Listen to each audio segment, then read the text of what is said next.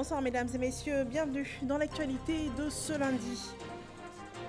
La ratification à l'unanimité par les sénateurs ce lundi du projet de loi sur le fonds électricité pour tous. Le texte a été exposé par le ministre du Pétrole et de l'Énergie et des énergies renouvelables. Ce fonds accentuera les actions du gouvernement pour faciliter l'accès à l'électricité aux populations ivoiriennes. 1730, c'est le nouveau bilan du Covid-19 en Côte d'Ivoire. Le pays enregistre ce 11 mai 30 nouveaux cas. À ce jour, 818 personnes ont été déclarées guéries et 21 personnes décédées. Les autorités sanitaires réitèrent le respect des mesures barrières. Et puis l'intérieur du pays se prépare à ouvrir ses écoles pour les zones ne présentant pas de Covid-19. Depuis des semaines, les écoles ouvrent le 18 mai prochain. La stratégie de reprise a été exposée ce lundi au syndicat d'enseignants. Bienvenue dans ce 23h. À Yamoussoukro, ce lundi, dans la capitale politique, le Sénat examinait le projet de loi sur le fond du programme électricité pour tous. Le texte a été présenté par le ministre Abdourahmane Cissé, ministre de l'Énergie, du Pétrole, de l'Énergie et des énergies renouvelables. Le projet de loi a été ratifié à l'unanimité, nous dit Kader Sogodogo. Abdourahmane Cissé, ministre du Pétrole, de l'Énergie et des énergies renouvelables, démarre sa semaine à Yamoussoukro.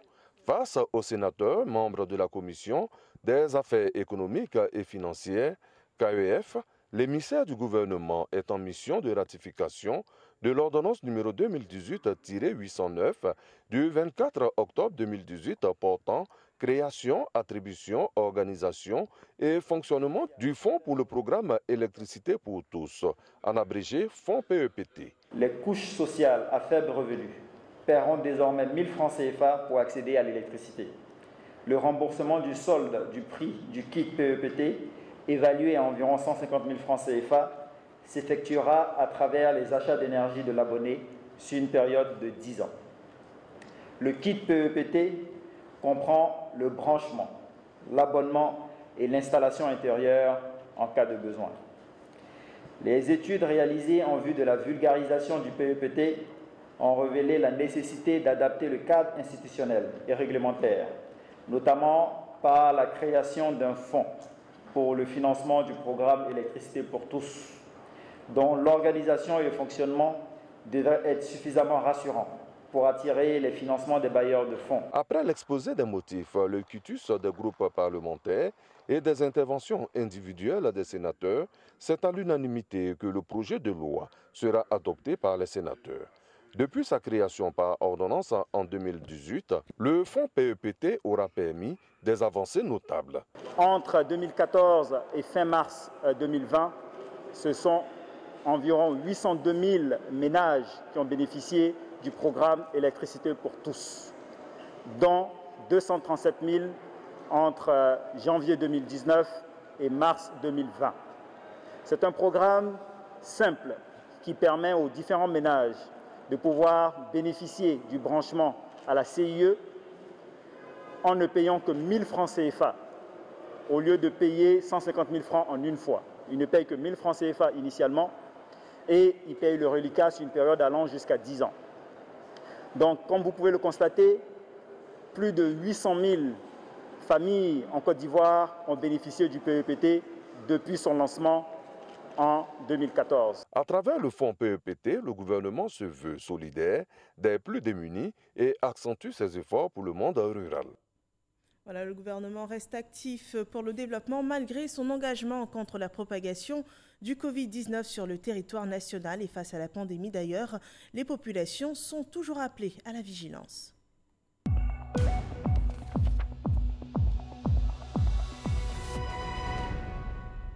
Le point de la situation sanitaire en Côte d'Ivoire. La Côte d'Ivoire a enregistré ce jour 30 nouveaux cas de Covid-19 ce 11 mai, ce qui porte à 1730 le nombre de cas confirmés au total dans le pays, dont 818 personnes guéries et 21 personnes décédées. Le docteur Ejanaka Awele insiste une fois de plus sur le respect des mesures barrières. Suivons sa déclaration.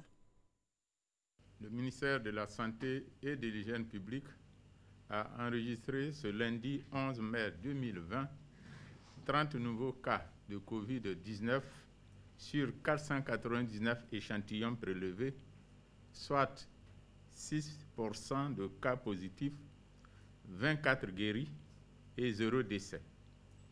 À la date du 11 mai, la Côte d'Ivoire compte donc 1730 cas confirmés, dont 818 personnes guéries, 21 décès et 891 cas actifs. Le nombre total d'échantillons est de 14 162. Le ministère de la Santé et de l'Hygiène publique informe les populations que depuis le 21 avril 2020, aucun cas de Covid-19 n'a été notifié à l'intérieur du pays. Tous les nouveaux cas positifs le sont dans le Grand Abidjan. J'informe les populations que les services de santé sont ouverts avec leur dispositif habituel d'offre de soins et continuent de recevoir les personnes ayant besoin de leurs services, quel que soit le niveau de la pyramide. J'exhorte les populations à continuer de fréquenter nos établissements sanitaires pour tous les types de problèmes de santé, notamment pour les services de la vaccination, les consultations prénatales et les accouchements. Par ailleurs, devant l'apparition de signes tels que la toux, la fièvre et des difficultés respiratoires, vous êtes priés de contacter en urgence les numéros gratuits suivants, le 101, le 119, le 125 et le 143, ou de vous rendre dans un centre d'accueil et de dépistage. Je remercie et félicite tous les acteurs de la santé pour leur engagement et leur dévouement dans la lutte contre la pandémie. Et à ce jour, dans le monde, un peu plus de 185 pays sont touchés par cette pandémie. En Afrique de l'Ouest, par exemple au Sénégal, 1886 cas confirmés sont enregistrés et 19 décès. Au Burkina Faso, 751 cas confirmés et 49 décès. Au Mali, 712 cas confirmés, 39 décès. Le Bénin enregistre 319 cas confirmés et 2 décès. Le Libéria, 211 cas confirmés, 20 décès. Le Togo, 181 cas confirmés, 11 décès. Au total en Afrique, 65 556 cas confirmés enregistrés et 2314 personnes décédées. Les États-Unis enregistrent 1 339 819 cas confirmés et 79 894 personnes décédées. Le monde enregistre au moins 4 152 670 cas confirmés de Covid-19 et au moins 284 124 décès, des données qui nous viennent de l'OMS. Le point presse quotidien du gouvernement sur la gestion de cette crise sanitaire s'est tenu ce lundi dans la commune de Yopougon. Le député-maire Gilbert Kafana-Koné y a présenté la stratégie de sa commune mise en place pour stopper la propagation du virus. Des dispositions sont aussi prises par le gouvernement en ce qui concerne les logements sociaux. On fait le point avec Mahama Traoré. Focus ce lundi sur Yopougon, la commune qui apparaît en 3e position des localités les plus touchées par la pandémie du Covid-19 en Côte d'Ivoire. Yopougon est aussi caractérisé par ses grands quartiers ou groupements d'habitat à l'image des cités Sikoji, des nombreux marchés et espaces ou lieux de loisirs, ses infrastructures scolaires et universitaires, ses industries et la diversité de sa population. C'est une cité dortoir par excellence doublée d'un pôle économique très important qui mérite attention particulière. Toutes les conditions de dissémination de la maladie sont ici réunies. Pour l'heure, Yopougon enregistre 172 cas testés positifs au Covid-19, dont 76 guéris et 3 décès. Depuis plusieurs semaines, le député-maire Gilbert Kafana-Koné et ses services s'activent à limiter la propagation du Covid-19 dans cette commune en appliquant plusieurs mesures. L'aménagement des horaires d'ouverture et de fermeture des marchés qui passe désormais de 6h à 15h et l'interdiction de vente des produits autres que les denrées alimentaires et les produits d'hygiène et les produits de bébé. La constitution d'équipes de bénévoles chargées de visiter les marchés, les gares routières, les grandes surfaces, les lieux publics, afin de sensibiliser les populations sur le respect des mesures barrières et procéder par la même occasion à la distribution de matériel d'hygiène et de protection à certaines couches sociales. Cette crise sanitaire empêche aussi le bon déroulement du programme présidentiel des logements sociaux, notamment dans le Grand Abidjan, où se situent 90% des chantiers. Retard des délais de livraison des maisons aux acquéreurs, difficultés financières des promoteurs immobiliers, toutes ces conséquences ont conduit l'État à arrêter certaines dispositions. À savoir la suspension des expulsions pour loyers impayés dans les cités gérées par la SICOGI sur la période allant de mars, avril et mai 2020. La suspension de toutes les poursuites de locataires de la SICOGI en difficulté de paiement sur la période de mars, avril et mai 2020. Par ailleurs, en accord avec les promoteurs des logements sociaux, il a été décidé que les échéances pour les souscripteurs en difficulté de paiement sur la période des mois de mars, avril et mai 2020 soient reportées.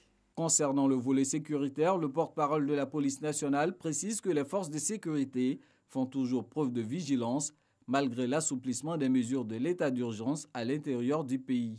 Nonobstant la levée salutaire du couvre-feu à l'intérieur du pays, qui, je le répète, est due à l'effort de tous, il faut faire l'effort de maintenir les mesures barrières en vigueur. Nos agents de FDS, vigilants, y veillent et y veilleront sans faiblesse. Dans la nuit du dimanche au lundi, 2 individus ont été interpellés pour vol lors du couvre-feu dans la commune d'Abobo. Le Covid-19 est toujours aussi présent en Côte d'Ivoire, mais l'école ouvre prochainement, le 18 mai prochain, dans tout le pays, à l'exception des zones d'Abidjan, d'Abou, Abosso ou Grand Bassam. C'est une responsabilité qu'endosse le gouvernement en y mettant plus ou moins les moyens. Les modalités ont été présentées à cet effet ce lundi au syndicat d'enseignants Sephora Zegui. Lundi 18 mai, rentrée des classes pour les élèves de l'intérieur du pays, excepté Dabou, Abosso, Grand Bassam et Abidjan. L'annonce a été faite par le président de la République lors de son adresse à la nation le 7 mai dernier. Une stratégie est mise en place par le ministère de l'Éducation nationale, de l'enseignement technique et de la formation professionnelle pour mettre en application cette décision du chef de l'État. Il était donc important pour la tutelle de s'entretenir avec les syndicats d'enseignants pour les informer des décisions prises. La semaine du 11 au 17 mai sera consacrée au toilettage des établissements scolaires.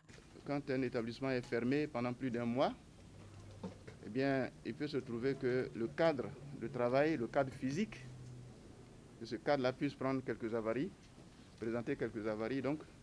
Et donc, il faut que toutes les administrations scolaires mettre cette semaine à profit pour toiletter les écoles. Le lundi prochain, démarrage des cours sous forme de rotation pour toutes les classes du primaire.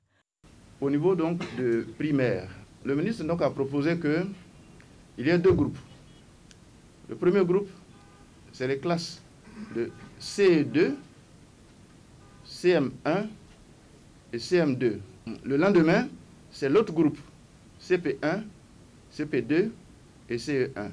Dans l'enseignement secondaire, 2 stratégies. La première concerne les établissements à faible effectif qui devront ouvrir sans changement. La seconde consiste à réduire les effectifs des établissements à gros effectifs. Ne sont concernés par la rentrée que les élèves en classe de 3e et terminale. L'établissement à gros effectifs, c'est de faire entrer les 3e et les terminales. De sorte que, c'est le même principe que le primaire là. Quand les 3e arrivent, là, les 3e terminales, on les répartit sur toute l'école, de sorte qu'on puisse observer, un tant soit peu, la distanciation sociale. Les autres niveaux vont faire l'objet donc de cours en ligne. Pour les élèves et enseignants restés à Abidjan, dès l'annonce de l'isolement de la ville, des mesures sont également prises pour leur permettre de regagner les villes concernées. Il y a un site que nous avons créé, c'est www.education.gouv.ci. Le site, il est ouvert. J'invite tout un chacun à s'inscrire là-dessus. Cabran Assoumou a rassuré les syndicats d'enseignants quant aux dispositions sécuritaires. Des masques de protection seront distribués gratuitement aux élèves et enseignants. Des dispositifs de lavage des mains vont être installés dans chaque établissement. Des mesures saluées par les responsables syndicaux. Travailler dans des conditions risquées, il faut vraiment des dispositions qui nous permettent d'agir convenablement.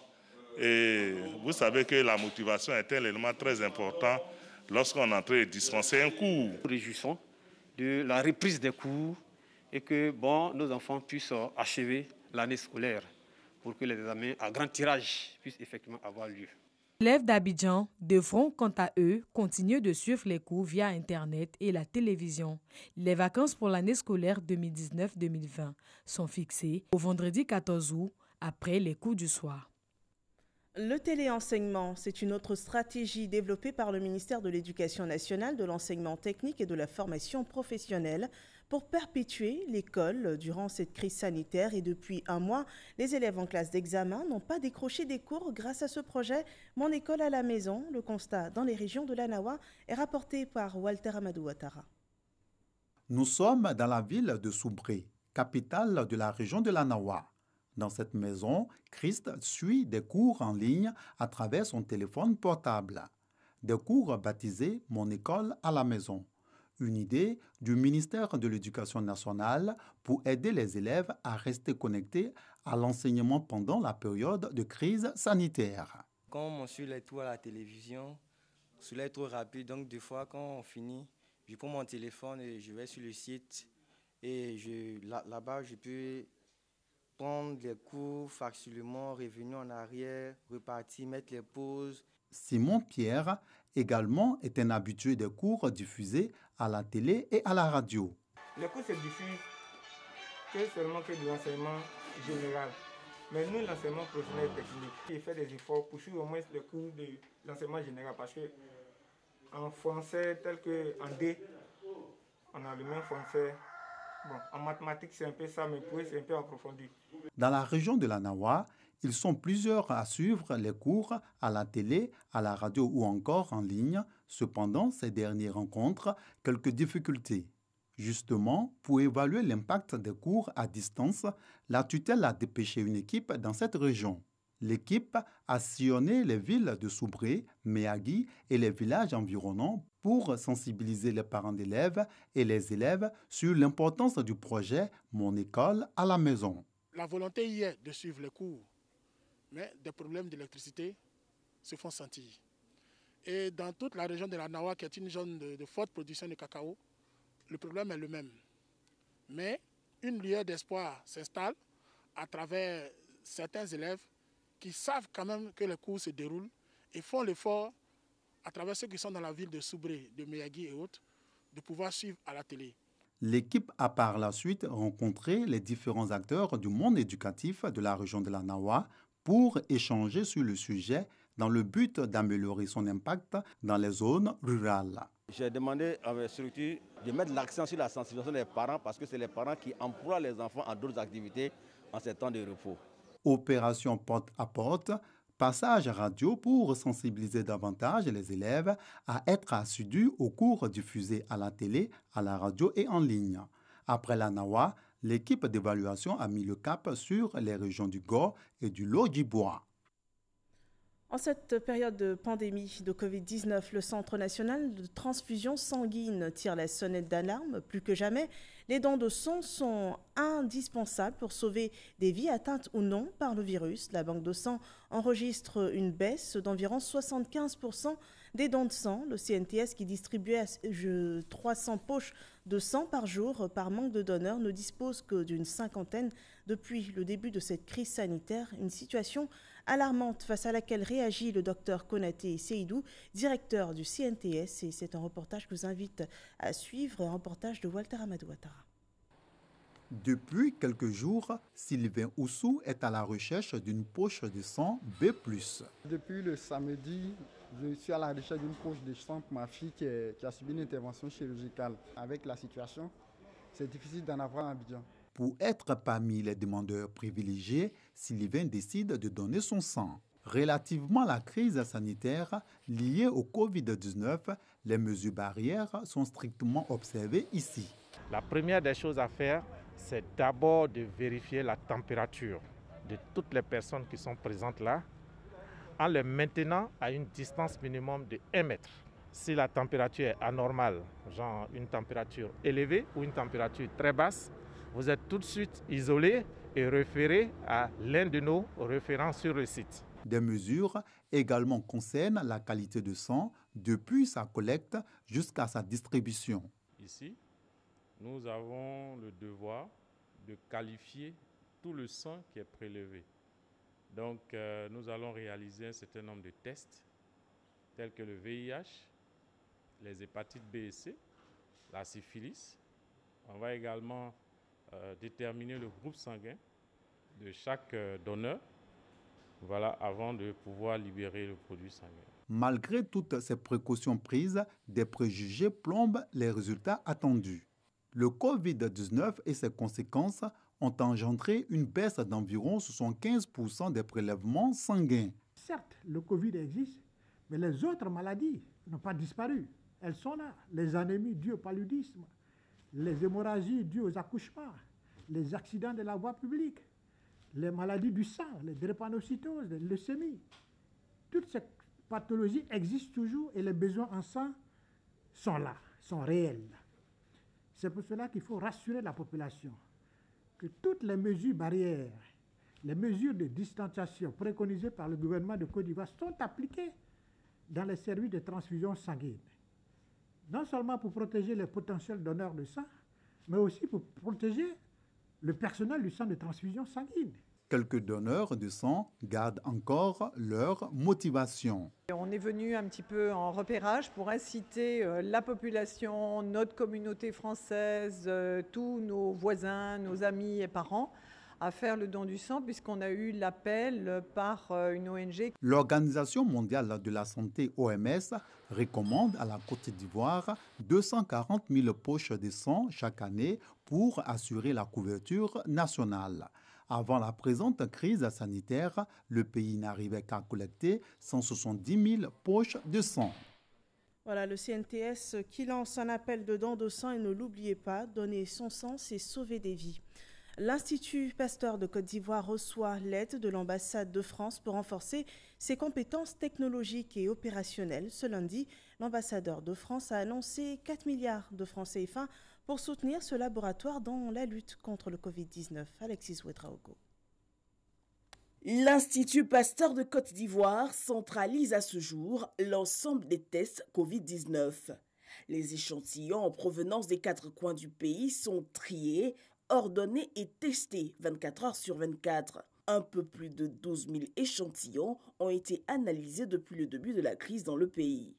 Nous avons toujours été à la disposition du ministère de la Santé lors des épidémies. C'est une des missions qui est la nôtre. Mieux, avec sa capacité de recherche, l'Institut permet la veille des maladies épidémiologiques en vue d'anticiper et de prévenir les crises dans le pays. Des compétences et technologies avérées qui nécessitent des renforcements. Cette crise est aussi une opportunité de pouvoir véritablement parfaire, n'est-ce pas, les conditions, n'est-ce pas, du travail dans le cadre donc de cet Institut Pasteur. Aux côtés de l'Institut, quelques laboratoires à l'intérieur du pays ont été identifiés pour faire les tests. Ils pourront être mis aux normes avec l'appui de la France qui vient ce lundi de mobiliser 4 milliards de francs CFA pour l'Institut.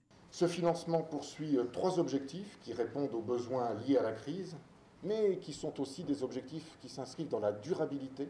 Renforcer le réseau électrique du site, réhabiliter le site et équiper 7 autres laboratoires en région pour qu'ils puissent faire du dépistage, acquérir les réactifs et intrants nécessaires à l'activité laboratoire et former les personnels. Ce sont plus de 23 milliards de francs CFA que la France mobilise en soutien à la lutte contre la maladie en Côte d'Ivoire. Le ministre de la Santé, lui, ne manque pas de saluer l'excellence des hommes du professeur Mireille Dosso. Et la Côte d'Ivoire entend bien renforcer ses acquis. Notre objectif est d'accélérer au mieux le processus de décroissance de l'épidémie afin de réduire les souffrances humaines et mettre fin à l'essoufflement économique lié à la pandémie. L'engagement des différents acteurs que sont les décideurs, le secteur privé, les partenaires techniques et financiers, la société civile et les particuliers ne peut que freiner la propagation de cette pandémie. Rappelons que c'est en 1962 que Félix Houphouët-Boigny eut l'idée d'ouvrir un institut Pasteur en Côte d'Ivoire.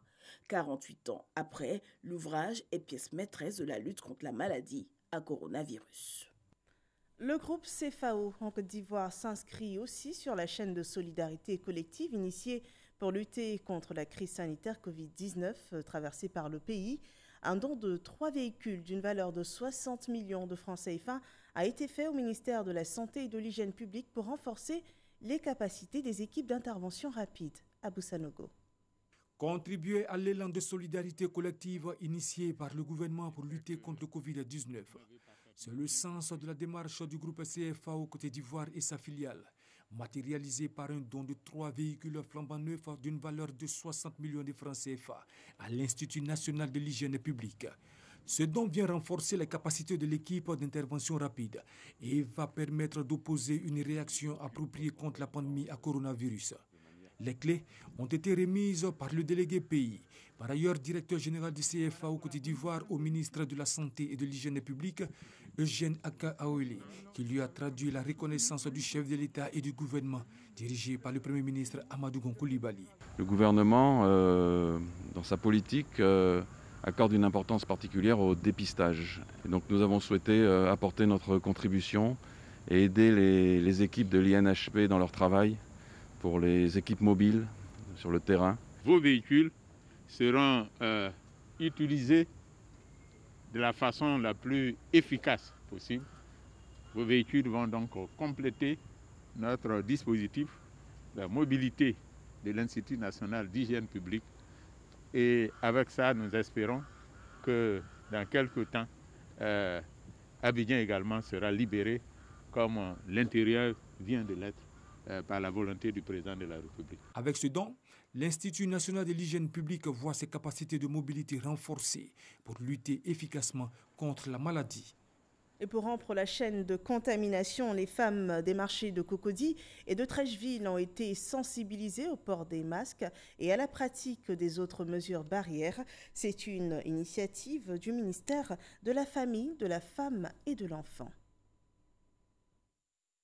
Séances de formation, sensibilisation, visites dans les marchés, une campagne Covid-19 destinée à un public féminin dans les communes de Trècheville et Cocody. Il s'agit d'informer et de permettre aux femmes de participer à leur tour à la prévention contre le coronavirus. Nous allons faire une distribution équitable de telle sorte que les mesures de prévention demandées par le gouvernement soient respectées dans nos marchés. Les femmes n'ont pas de masque. On dit de porter, c'est bon de porter. Mais ce n'est pas tout le monde qui peut se l'offrir. Donc si le président nous a donné à travers Madame la ministre, c'est vraiment une bonne chose et un sentiment de joie pour chacun de nous. Je ne savais pas comment il faut filtrer l'eau et à travers la vidéo, nous savons maintenant comment il faut filtrer l'eau. Il est essentiel pour les autorités et les organisations de renforcer les connaissances des femmes sur ce virus dans les marchés. Sur le terrain, avec le soutien des organisations comme Première Urgence, du porte-à-porte a débuté cette semaine pour la ministre de la Femme, de la Famille et de l'Enfant. Les messages essentiels diffusés sont le lavage des mains, la prise de distance et le port de masques. Des messages qui ont nécessité des formations en ligne. Plus d'1 million de masques ont été distribués aux femmes dans les marchés, une mobilisation pour inculquer les bons gestes. Nous venons de lancer dans l'opération Une femme, un masque. Dans toutes les communes où nous sommes passés, les femmes, j'ai trouvé des femmes engagées, prêtes à nous accompagner le gouvernement dans son combat contre le coronavirus. Au terme de sa visite dans les marchés de Trècheville et Cocody, la ministre de la Femme, de la Famille et de l'Enfant a fait des dons constitués essentiellement de masques de protection et de matériel sanitaire. Les cadres du Korodougou soutiennent les populations des sous-préfectures de Tienangwe, Marandala et Boandougou dans la lutte contre le Covid-19. Une sensibilisation a été faite à ces populations sur la gravité de la pandémie et au respect des mesures barrières. Soro Corona. Esplanade de la sous-préfecture de Tienangwe, région du Béré, les chefs des cantons et des tribus du Korodougou sont formés sur les mesures barrières du Covid-19. Le Korodougou regroupe les sous-préfectures de Tienougué, Marandala et Bouandougou. Cette séance de sensibilisation publique vise à présenter aux chefs coutumiers la gravité du coronavirus et ses dégâts à travers le monde. C'est une initiative des cadres du Korodougou. Les fils du Korodougou et donc toutes les personnes qui se sentent impliquées évidemment dans le développement du Korodougou ont bien voulu contribuer afin que nous puissions apporter une aide aux parents dans le cadre de la lutte contre cette maladie. En langue locale, les populations ont été invitées à respecter les mesures barrières. Pour une sensibilisation de proximité, les sous-préfets sillonnent déjà les villages. Les sous-préfets de toute la région de Korodougou seront en tournée dans les villages pour faire la sensibilisation. Nous devons aller dans les hameaux, les villages et les campements pour sensibiliser, pour éduquer la population, les masses relativement à cette pandémie. Les chefs traditionnels se sont engagés à être des relais auprès des populations. On se joint à l'administration pour sensibiliser tout le monde. On leur dit de laver la main tous les jours. Ils n'ont qu'à s'éloigner, c'est-à-dire 1 mètre, sinon même plus. Pour une meilleure mise en pratique des mesures barrières, les cadres du Korodougou ont fait don de plusieurs kits de lavage des mains. Bien avant cette pandémie, il y a 1 an, la ville de Djikano rendait hommage au patriarche Abdoulaye Diallo. La cérémonie s'est tenue en présence du président de la République Alassane Ouattara et de la première dame Dominique Ouattara, du vice-président de la République, du Premier ministre et de plusieurs autres membres du gouvernement. La Côte d'Ivoire rendait ainsi hommage à ce grand serviteur de l'État, surtout connu comme un loyal compagnon et collaborateur du président Félix Houphouët-Boigny. Autre commémoration, ce 11 mai, le reggaeman Bob Marley, décédé il y a 39 ans, est fêté dans le monde. Chaque année, la commémoration revêt des atouts particuliers dans les villes. Les radios, télévisions et lieux de spectacle au rythme, au son des bonnes vibrations du reggae. Et même avec cette crise sanitaire, les acteurs et fans du reggae ne veulent pas se laisser décourager. Étant confinés chez eux, ils ont à leur manière marqué cette célébration. Voilà, ces mots de Bob Marley terminent ce journal. Merci de nous avoir suivis. Rendez-vous demain pour une autre édition d'information. Bonne soirée à vous.